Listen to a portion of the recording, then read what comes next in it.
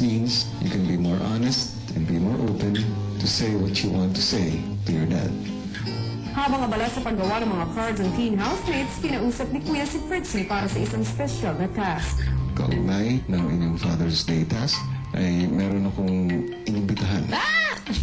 Talaga? Mag-ama. Oh, sino po, Kuya? Sino? Casey? Ah, sino? Sina Casey at Gabby Concepcion. Oh, talaga? Oh, meron tayong bisita mamaya. And guess who? Like, mag-ama sila. Dad, then daughter. Gabby Concepcion. Ah, Malipagyo, no? Casey Concepcion. Lingid sa kaalaman ng mga teen housemates, kasalukuyan ang kinakausap ni Kuya ang mga bisita. Kumusta kayo? Oo, Casey.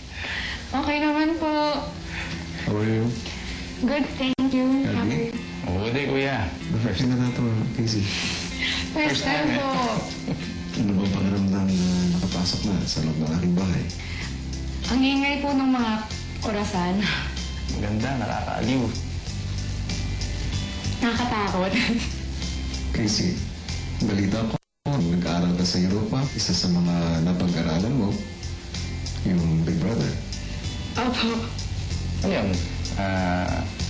Parang thesis, no? Parang gano'n. Kaya hindi ko talaga na iniisip ever na makakapasok ako sa ganito. Parang nababasa ko lang siya before.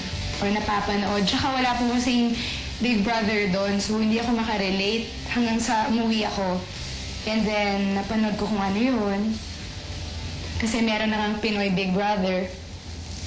Ibang klase yung pakiramdam na makapasok dito talaga.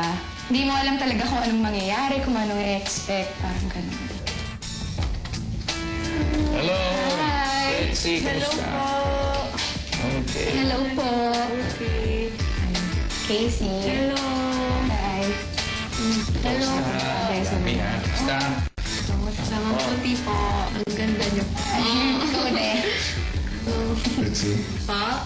maaaring mo nang dalhin ang mga isa nyo sige. sa loob ng bahay. Apo. Dito sa bubok. Di ba? Pwede nga. Uy, may gym! Hi!